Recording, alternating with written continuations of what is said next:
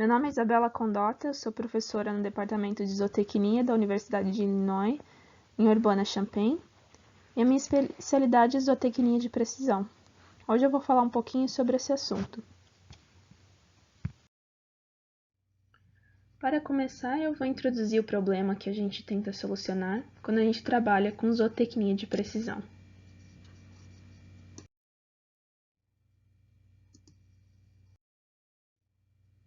Tudo se inicia com o fato de que a população mundial está crescendo. As Nações Unidas estimam que a população mundial irá crescer em 25% até 2050, com um número estimado de 9,8 bilhões de habitantes. Com esse crescimento populacional, é de se esperar que haja um crescimento no consumo de produtos animais em aproximadamente 45% até 2050, de acordo com a FAO.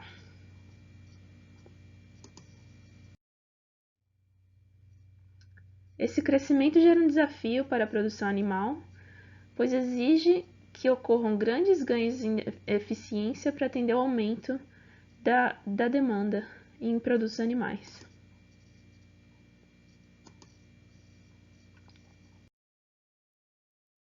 A eficiência precisa ocorrer ao mesmo tempo em que as outras exigências são atendidas.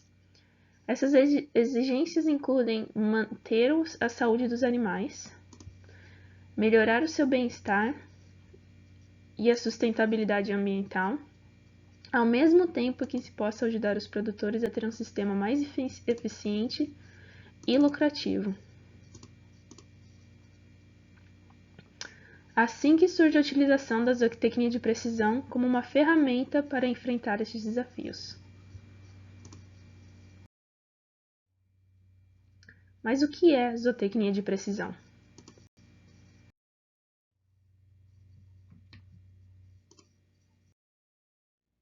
E como isso é feito? Sistemas de zootecnia de precisão geralmente envolvem o monitoramento das respostas, tanto físicas quanto comportamentais, de animais ao meio em que eles estão inseridos. Isso é feito por meio do uso de sensores e dados conhecidos. Sabendo-se o microambiente que os animais estão inseridos, como por exemplo temperatura, umidade, nutrição fornecida, e monitorando a resposta dos animais, como por exemplo padrões de alimentação e movimentação, é possível gerar dados que vão ser utilizados por um algoritmo, que terá como resposta informação a respeito da condição física e mental dos animais. Esta resposta é fornecida a um controlador, que pode ser automático ou humano, e esse controlador, sabendo respostas desejadas para aqueles animais, poderá fazer modificações no ambiente em que os animais estão inseridos para gerar um novo feedback. Esse ciclo pode ser repetido até que a condição ambiental ideal seja alcançada, de forma a otimizar tanto a produção quanto o bem-estar dos animais. Dessa forma, a pesquisa em zootecnia de precisão pode acontecer em qualquer ponto desse sistema, como, por exemplo, o desenvolvimento de índices de medida de padrões ideais de resposta, a geração de novos modelos matemáticos para a predição de condição física e bem-estar a partir desses sensores, o desenvolvimento de novos algoritmos, ou então a integração de diferentes dados em um sistema de decisão de manejo.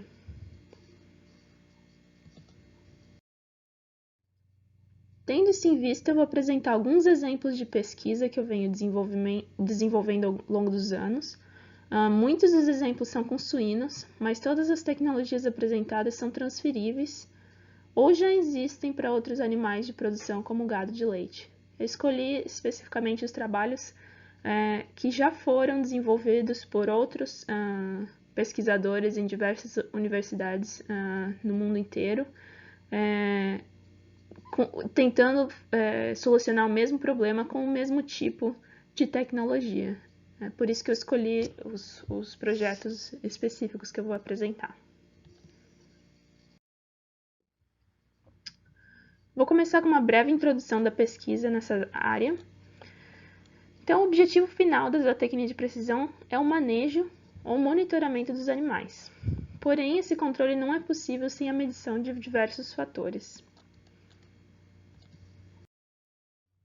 O desafio, portanto, é Como monitorar a condição animal de forma rápida, eficiente e não invasiva, de uma forma a gerar dados que permitam o desenvolvimento de sistemas automáticos de manejo. A solução para esse problema seria transformar os atuais métodos subjetivos de avaliação da condição animal em métodos mais objetivos e não invasivos, para obter variáveis objetivas e que podem ser usadas para avaliar a condição dos animais. Um exemplo é a utilização de câmeras para fazer a avaliação de bem-estar, em vez dos métodos mais comuns, como o score visual. No geral, os métodos objetivos de medida envolvem a utilização de sensores. Atualmente, diversos sensores existem no mercado, como, por exemplo, a coleira para medir atividade, posicionamento, ruminação, tempo comendo e tempo andando. O brinco para medir atividade, posicionamento, temperatura, ruminação e tempo comendo. A focinheira para medir ruminação.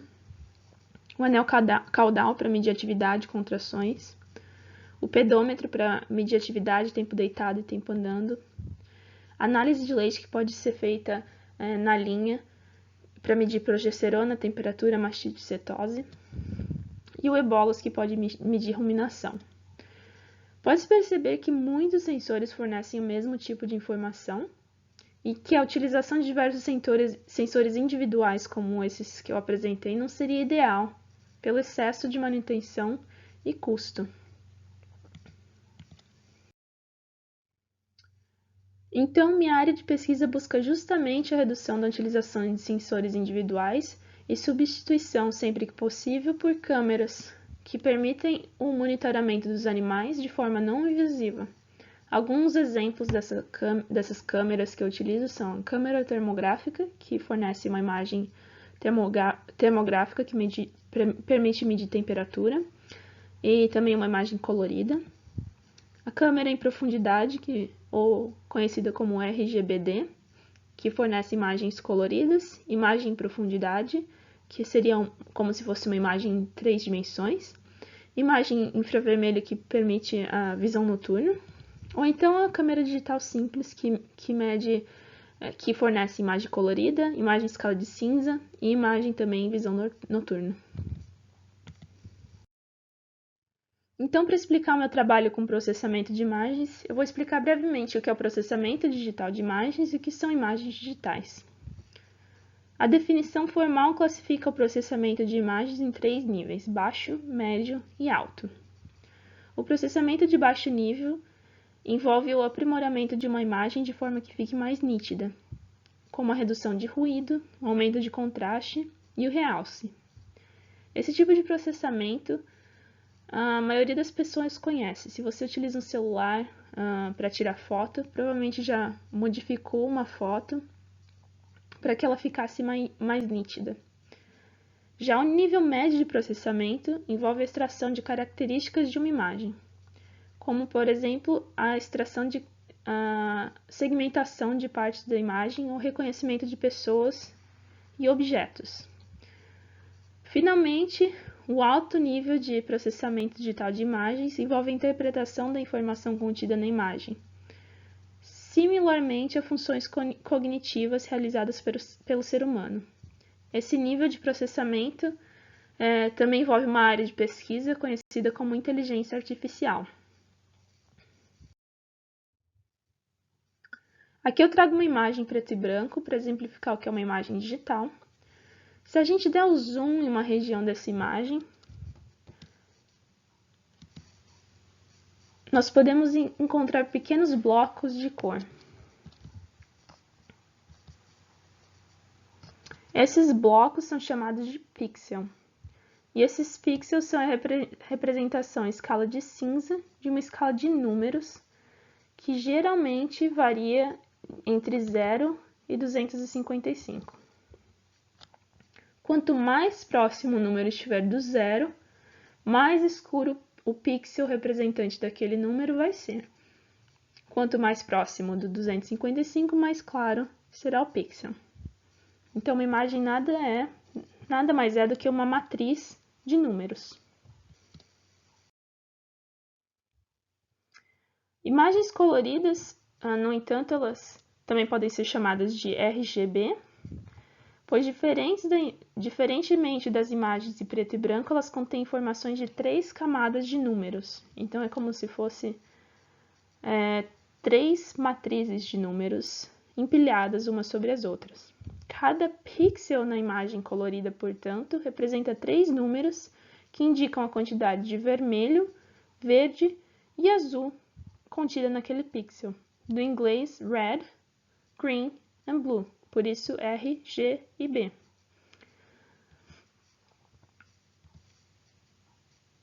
Com a combinação dos 3 números, cada um variando de 0 a 255, pode-se obter mais de 16 milhões de cores diferentes. Aqui nesse exemplo eu peguei um quadrado verde na grama da imagem colorida e a combinação dos 3 números, a quantidade de vermelho foi 120, a quantidade de verde foi 147, a quantidade de azul 80. Lembrando que a escala aqui vai de 0 a 255, quanto mais alto o valor, mais vermelho ou verde ou azul contém o pixel. É a mistura desses 3 valores, eu obtive esse tom de verde, que é mais ou menos o tom de verde da grama.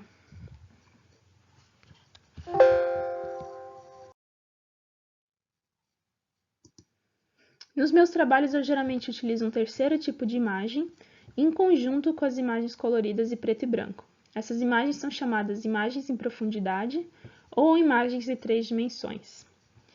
Elas são, na verdade, mapas que indicam distância em vez da cor de um objeto.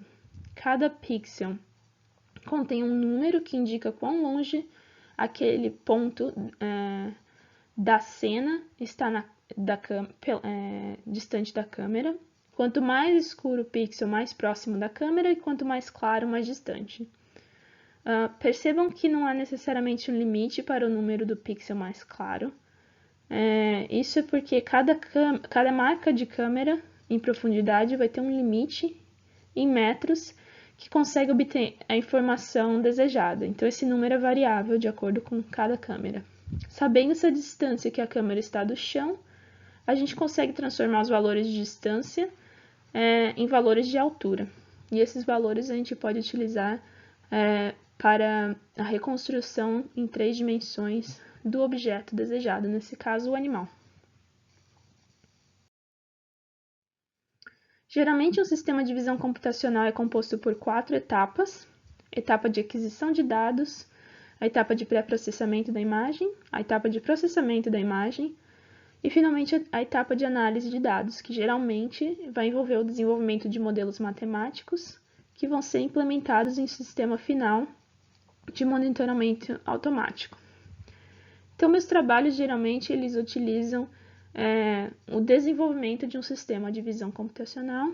E eu vou mostrar aqui alguns exemplos. Como eu falei, esses exemplos são com suíno, mas as pesquisas podem ser transferíveis para gado leiteiro. Eu vou começar com esse projeto. Aqui o problema que nós estávamos tentando resolver era como obter a massa corporal de suínos de forma rápida, eficiente e não invasiva. Então a ideia foi coletar a massa corporal dos animais com uma balança e correlacionar com as dimensões do animal adquiridas com a câmera em profundidade por meio de um modelo matemático. Nós utilizamos o volume corporal dos animais obtido com uma câmera em profundidade localizada acima dos animais. A região da cabeça dos animais foi eliminada para reduzir o erro, e nós obtivemos uma boa correlação desse volume gerado com a massa corporal dos animais, como vocês podem perceber aqui com esse gráfico.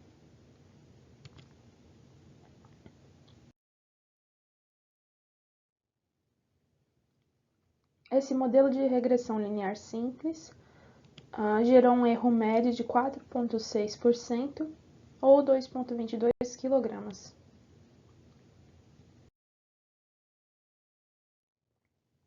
Porém, nós obtivemos uma resposta de uma empresa genética de que esse erro era um pouco grande e se a gente podia tentar reduzir esse erro.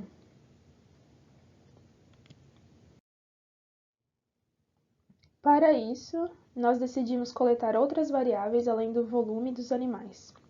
Nós coletamos a área dorsal, largura do quadril, largura na última costela, largura nos ombros, o comprimento, o volume projetado e a altura média dos animais.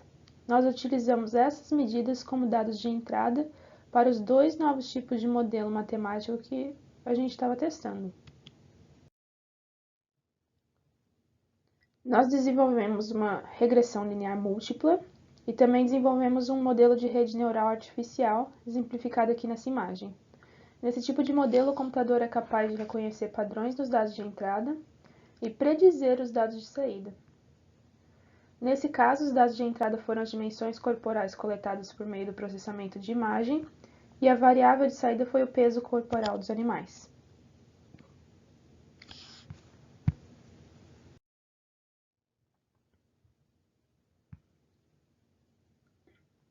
Aqui eu apresento a comparação em performance para o modelo de regressão linear simples original, em comparação com os dois novos modelos desenvolvidos. Em azul, a gente tem a regressão linear simples, que era o modelo original. Já em laranja, nós temos a rede neural artificial e em verde, a regressão linear múltipla.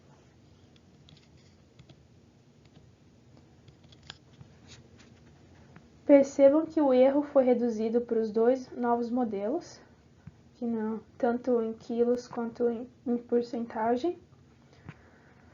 A rede neural artificial foi a que teve o menor erro, com 3,24% ou 1,83 kg.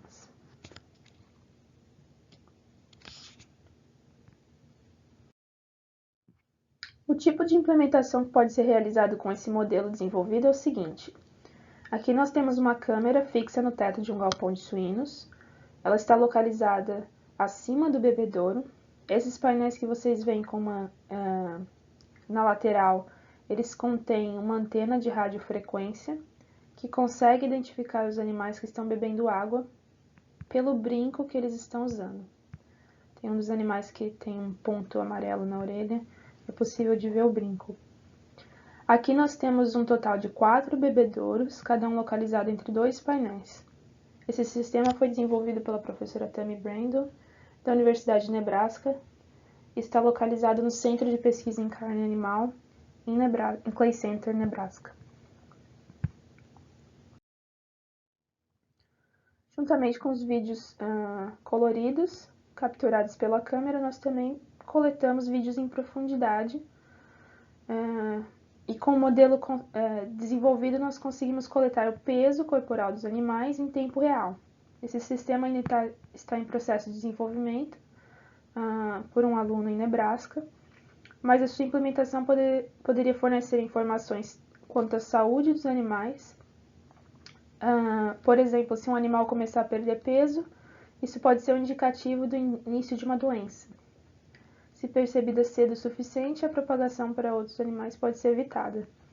Aqui vou mostrar o vídeo do sistema funcionando. À esquerda é possível ver o peso dos animais e à direita a identificação. Toda vez que um animal se posiciona de forma que a câmera consegue pegar o volume do animal de forma correta, o peso é marcado.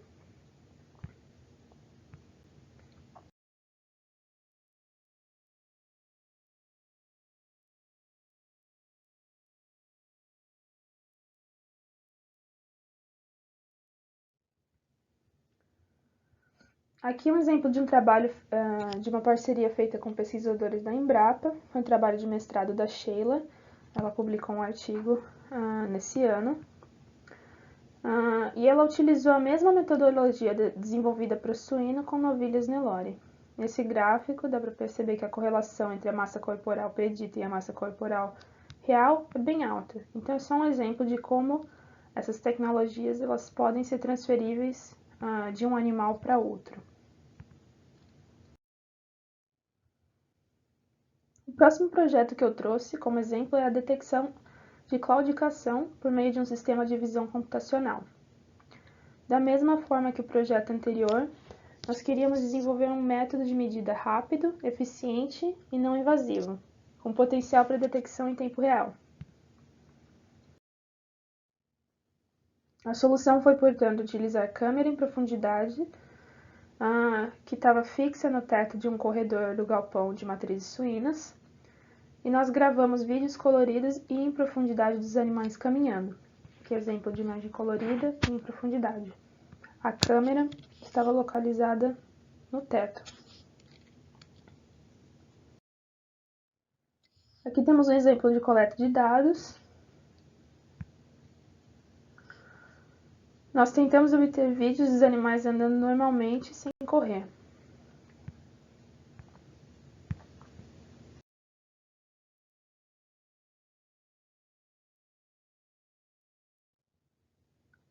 Após a coleta dos vídeos, nós segmentamos o corpo do animal em 3 partes: cabeça, lado direito e lado esquerdo. Em seguida, nós isolamos a região dos ombros e do quadril, que também foram segmentados em lado esquerdo e lado direito. Nós analisamos a altura de cada região conforme o animal andava e utilizamos essa informação para coletar os dados de número de passo que o animal dava. Após a análise dos vídeos e análise de altura na região dos ombros, quadril e cabeça, nós podemos obter o número de passos, a duração de cada passo, o comprimento da passada e o tempo total de caminhada e o número de vezes que o animal movimentou a cabeça verticalmente. Nós utilizamos essa informação como dados de entrada para o modelo de aprendizagem de máquina, que tinha variáveis de saída o nível de claudicação dos animais. Os níveis utilizados foram claudicação severa, moderada e não existente. Aqui eu trouxe um vídeo de um animal sem problema de claudicação. Pode-se perceber que o animal anda normalmente. Esse gráfico mostra o caminhar do animal ao longo do tempo. O primeiro gráfico mostra a altura da região dos ombros ao longo do tempo. Em azul a gente tem um ombro esquerdo, em laranja o ombro direito. A gente pode perceber que quando um ombro levanta, o outro abaixa e vice-versa. A mesma coisa vai acontecer com a região do quadril. Aqui o lado esquerdo está em verde e o lado direito em amarelo. E também o mesmo padrão quando o lado direito está levantado, o outro está abaixado e vice-versa. É o que se espera quando o animal está andando normalmente. Esse padrão.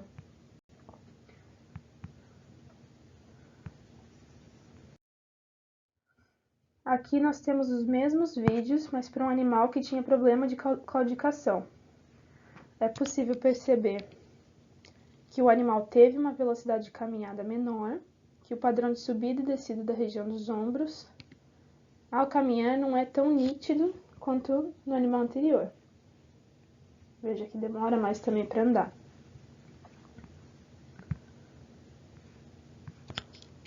E o quadril. Com isso, a gente percebe que o quadril teve um certo padrão de movimentação mais normalizado. A gente pode perceber, então, e concluir que o animal tinha um problema em um dos membros frontais.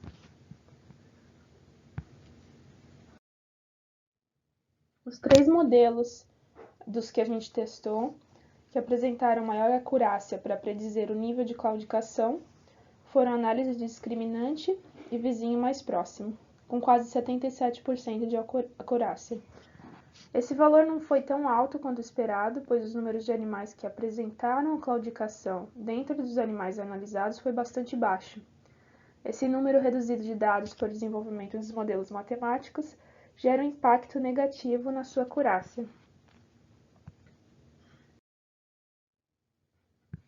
Tendo-se isso em vista, nos próximos passos dessa pesquisa, nós estamos analisando uma maior quantidade de animais e também estamos utilizando outros dados de entrada, como por exemplo a pressão de passada dos animais, coletada com um tapete que mede pressão.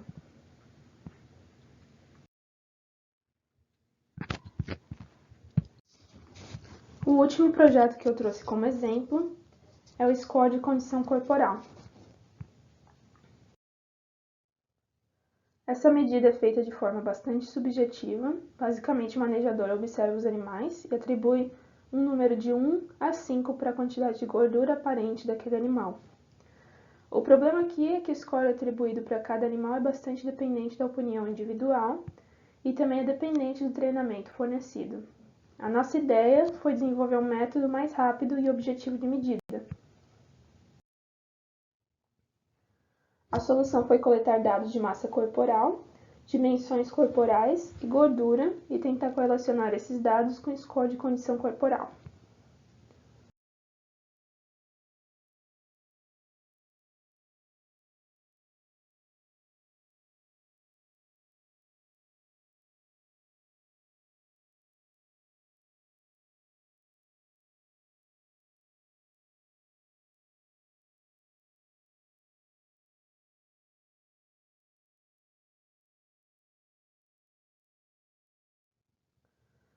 Aqui estão os passos de análise de imagem. Os vídeos utilizados nesse projeto foram os mesmos vídeos coletados para análise de claudicação.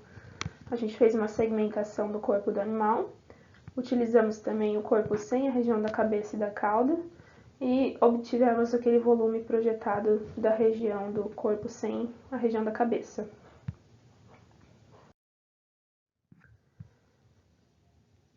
Esse primeiro gráfico mostra a curvatura do animal na região da última costela. Nós coletamos algumas informações dessa curvatura, como altura, largura, e ajustamos uma curva polinomial. E utilizamos os dados dessa curva polinomial também como dados de entrada para os nossos modelos.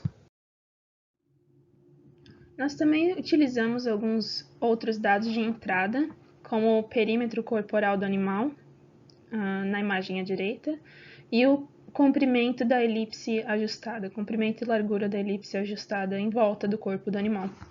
Figura à esquerda mostrando essas variáveis. As dimensões corporais coletadas, além do volume projetado, foram algumas larguras, como mostrada na figura 1, alguns comprimentos e algumas alturas, mostrada na figura ao lado direito. Aqui eu trouxe um exemplo de coleta de condição corporal para animais localizados em baias individuais. Percebam que a coleta é rápida e bastante precisa. Não existe muita dificuldade na coleta quando o animal está restrito a uma baia individual. O problema maior acontece quando o animal começa a se movimentar muito longe do portão da parte de trás da baia e fica um pouco difícil para alcançar o animal, mas fora isso é uma medição com esse paquímetro bastante simples.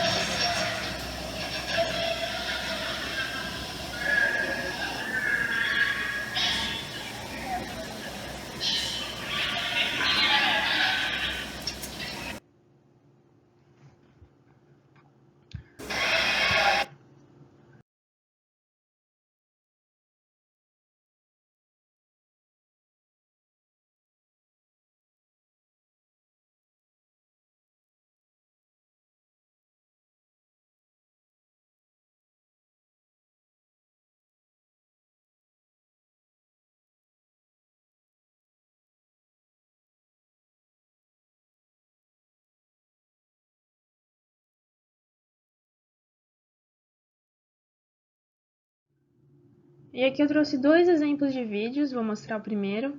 Os animais estão localizados em uma baia coletiva. Esse primeiro animal é um animal que se comportou bem na coleta de dados.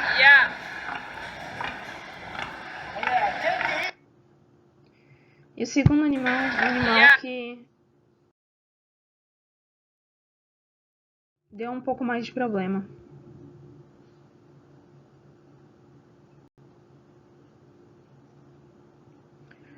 Percebam que a coleta pode ser influenciada também por conta do animal ter mais liberdade de movimentação.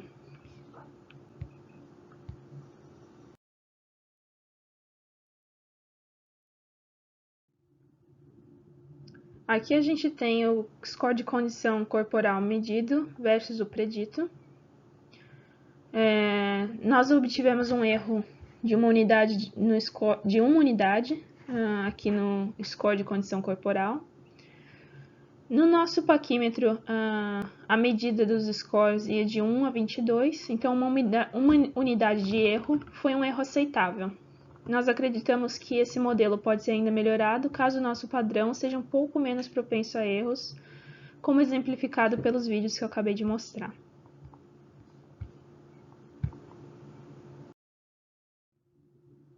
Para finalizar minha apresentação, eu vou apresentar alguns desafios e oportunidades na área de pesquisa em zootecnia de precisão. Primeiramente, quando trabalhando com animais, nós precisamos levar em consideração que eles são organismos vivos e, portanto, complexos, individualmente diferentes, variáveis ao longo do tempo e dinâmicos.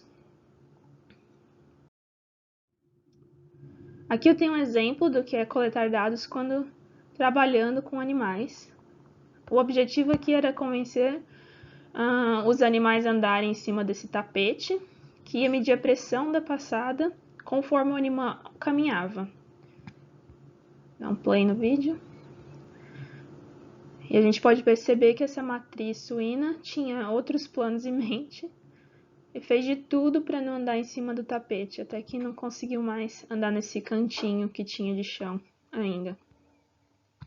Então dá para perceber que nem sempre coleta de dado com organismo vivo vai de acordo com o que a gente planeja.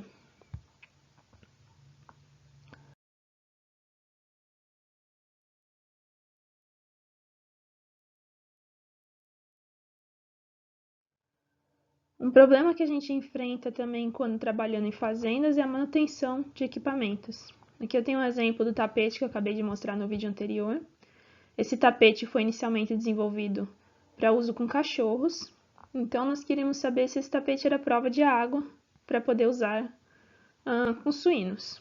Quando nós perguntamos para a empresa, a produtora do tapete, eles nos perguntaram se os porcos eram treinados para fazer suas necessidades em locais específicos e não em cima do tapete.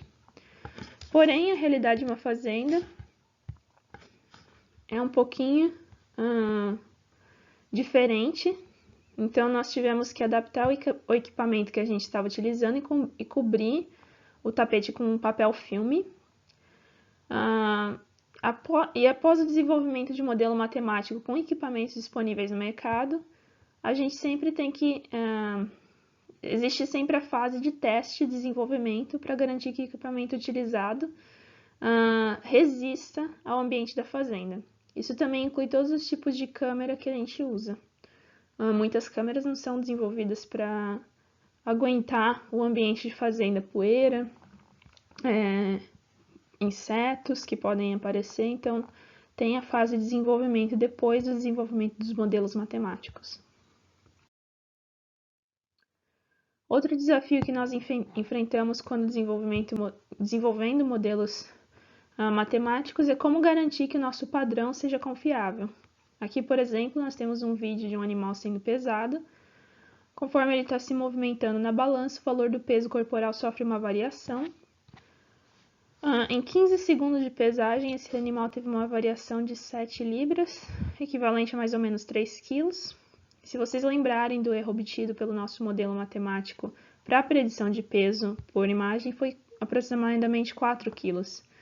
Então, nesse caso, é difícil saber o quanto da variação obtida no modelo matemático é devido ao processo de pesagem em si e quanto se refere ao processo de análise de imagens. E também é muito importante, quando a gente está mostrando a eficiência dos nossos modelos matemáticos, lembrar os produtores e os usuários do modelo de que o que a gente usa como padrão não é 100%, como esse tipo de informação de que você pode ter uma variação por animal de 3 quilos,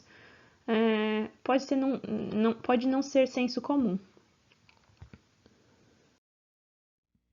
Além disso, a natureza dos organismos vivos tem um impacto importante sobre o tipo de modelos matemáticos que nós precisamos desenvolver. Isso implica que os algoritmos para monitorar esses indivíduos, que variam no tempo, devem se adaptar continuamente aos indivíduos, para que eles possam ser utilizados em tempo real. Aqui tem um gráfico da média da idade em semanas versus a massa corporal do animal. Percebam que são duas genéticas diferentes, animais com genética mais antiga, eles cresciam mais devagar, essa linha pontilhada, e a gente desenvolveu essa nova curva de crescimento para genéticas mais novas, mais recentes, e o crescimento médio desses animais é mais rápido. Porém, a gente não pode assumir que cada indivíduo vai crescer de acordo com essa curva média. Se a gente pegar, por exemplo, um animal aqui e ver a variação de massa corporal ao longo do tempo, coletando dados semanais, a gente já tem uma curva um pouco diferente. Segue a mesma tendência, porém não segue a curva média ponto a ponto. A mesma coisa se a gente estiver utilizando pontos diários, a gente pode ver alguma flutuação acontecendo na massa corporal desse animal. Essas flutuações podem ser indicativos de o início de uma doença, por exemplo, e caso seja pega rapidamente, a gente pode evitar o espalhamento dessa doença para outros animais. Então é importante o monitoramento diário em tempo real de algumas variáveis. Um outro desafio é a separação de dados entre aquilo que é relevante e o que não é. Pela facilidade em aquisição de dados, é muito importante que a gente colete apenas aquilo que é realmente necessário. Geralmente, os dados brutos coletados não são o que é de mais relevante para o produtor, mas sim a informação que a gente pode extrair desses dados, como, por exemplo, um manejo que precisa ser feito. Como exemplo, uma imagem em profundidade como essa mede 584 por 648 pixels, para um total de quase 400 mil pixels, que nada mais são do que números. Não é incomum coletar vídeos a uma frequência de 30 imagens por segundo, para um total de um pouco mais de 11 milhões de números por segundo. Em um dia, nós estaríamos produzindo um total de quase 1 trilhão de números, quando na realidade a informação que nós queremos obter é muito mais simples do que isso. Pode ser, por exemplo, apenas um número, como o peso dos animais. Ou mais simples ainda pode ser a resposta sim ou não para a pergunta: meu animal está ganhando peso como deveria? Com isso, não é difícil concluir que a geração, armazenamento e análise de dados é um desafio quando nós fazemos pesquisa, pois apesar do objetivo final ser a geração de um algoritmo capaz de análise de dados em tempo real, nós ainda precisamos coletar e armazenar dados para o desenvolvimento desses algoritmos. A utilização do mesmo conjunto de dados para a solução de diversos problemas é uma forma de reduzir dados armazenados. A escolha da câmera como sensor em vez de sensores individuais permite essa solução de múltiplos problemas. Porém, nós ainda enfrentamos o desafio de obter a colaboração de produtores que se preocupam com a privacidade e temem que vídeos de suas fazendas possam ser vazados e dados indesejados de suas fazendas sejam publicados. A confiança dos produtores e colaboração entre universidades e fazendeiros é imprescindível para o avanço da pesquisa em zootecnia de precisão, principalmente quando a gente coleta dados com sensores de vídeo como câmeras.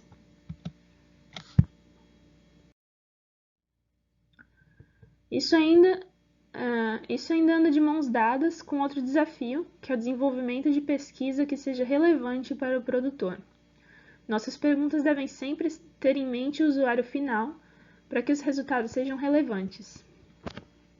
Então, eu trouxe essa frase: o maior erro que os inovadores de tecnologia cometem é serem seduzidos pelo potencial de uma tecnologia, em vez de serem motivados pelas necessidades reais do cliente. Uma das etapas finais de pesquisa em zootecnia de precisão pode envolver trabalhos de extensão para avaliar a necessidade dos produtores e os desafios na adoção de determinada tecnologia. O objetivo final dessas pesquisas é ajudar os trabalhadores do campo a aumentar a eficiência de seus sistemas e não substituir mão de obra. Como oportunidade final, nós temos a integração de dados. Uma vez que modelos matemáticos sejam criados para a predição de diferentes variáveis, para análise de condição física e mental dos animais, como, por exemplo, comportamento alimentar, ganho de peso, condição corporal e nível de atividade, sistemas de alarme ou indicações de manejo podem ser criados. Essa informação pode ser levada tanto para um controlador automático quanto para o produtor, que por sua vez poderá entrar em contato com o profissional correto para garantir os melhores resultados no manejo dos seus animais. Talvez uma modificação em dieta, um tratamento de uma doença, modificação dos equipamentos utilizados, entre outros. Por fim, eu trago algumas considerações finais. A pesquisa em zootecnia de precisão busca o desenvolvimento de soluções para ajudar os produtores em sistemas cujo número de animais está aumentando, assim como a exigência para o aumento da eficiência. Nós esperamos desenvolver algoritmos que funcionem em tempo real para que a informação seja válida e útil. A pesquisa é realizada de forma a respeitar a privacidade dos produtores e, por fim, o processo de implementação dos modelos matemáticos deve levar em consideração que os sensores utilizados precisam ser robustos o suficiente para aguentar o ambiente de fazendas. Era isso que eu tinha para mostrar. Muito obrigada pela atenção.